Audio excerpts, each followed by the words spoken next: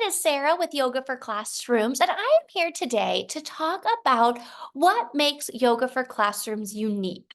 One question we get all the time is, how is Yoga for Classrooms different from maybe some of the other yoga card decks or mindfulness resources or some of the other things that are out there? And I love getting this question because I think it's such a good one. We should be critically evaluating what type of programs we're using and what resources we're implementing with our students. So I love this question. So I thought I would come on here and answer it in case you might have that question. And if you didn't have that question, you might learn something new about how Yoga for Classrooms works.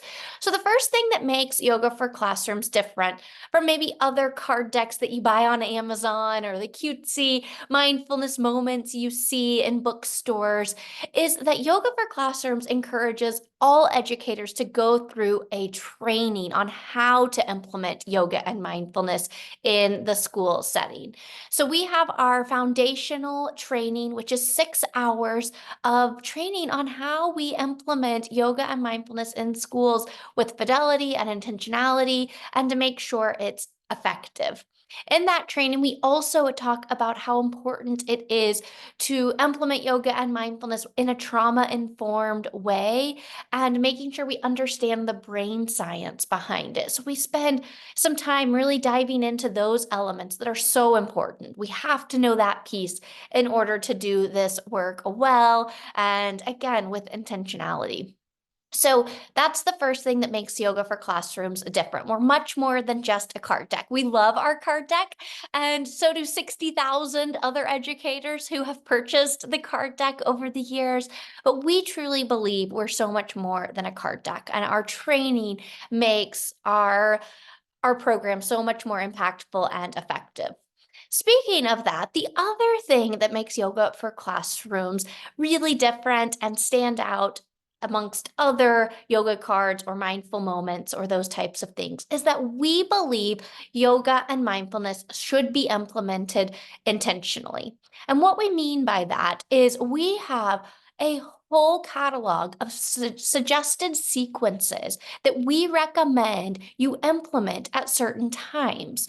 What we want you to do, and what we want your students to learn to do, is to be able to pause, observe what's happening within their body, and then make a mindful choice about what support they might need.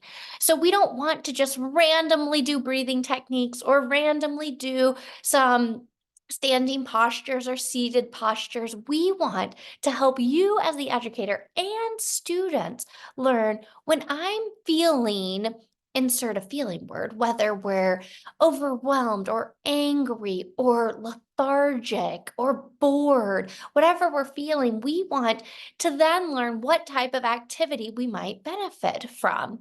So our suggested sequences do just that. We align our yoga and mindfulness activities with what your students or your class might be needing.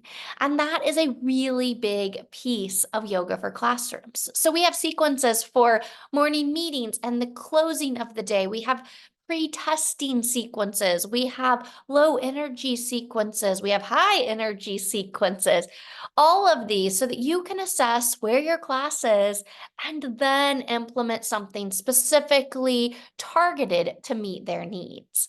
That is a really, really powerful and important piece of yoga and mindfulness. What we want is our students to leave our schools with tools they can use. So what we want is after our students are far gone from our TK through 12th grade school buildings is we want them to be able to retrieve those yoga and mindfulness tools that they've learned along the way and use them as needed, whether it's in a college course down the road or when they're frustrated as a parent or when they're in a conflict with a loved one, whatever it may be. We want them to be able to stop, observe what's happening, make a mindful choice, realize what's happening, reflect on that, and then be able to do that all over again as needed.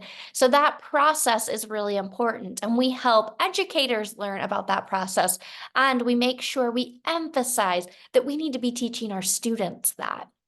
So, in our Yoga for Classrooms training, we talk a lot about how to help students identify what they're feeling and how to help students identify what they're in need of, how to then implement it, and how then to reflect back on how that helped them. That is a huge piece of it.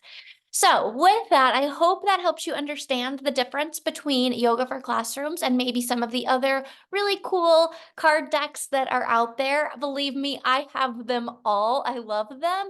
But I also love Yoga for Classrooms because of that intentionality piece and because of that additional training. It's just a lot more intentional, a lot more effective. And ideally, we know that that's going to change the student outcomes we see. We're going to see improved outcomes when we add that intentionality to our work. So I hope that helps you out. If you have any questions about Yoga for Classrooms or how we can help you in your classrooms, please don't hesitate to reach out. As always, we are here to support you. And as always, we are so grateful for the work that you do. We hope to be in community with you soon. And until then, we're wishing you well. Bye-bye.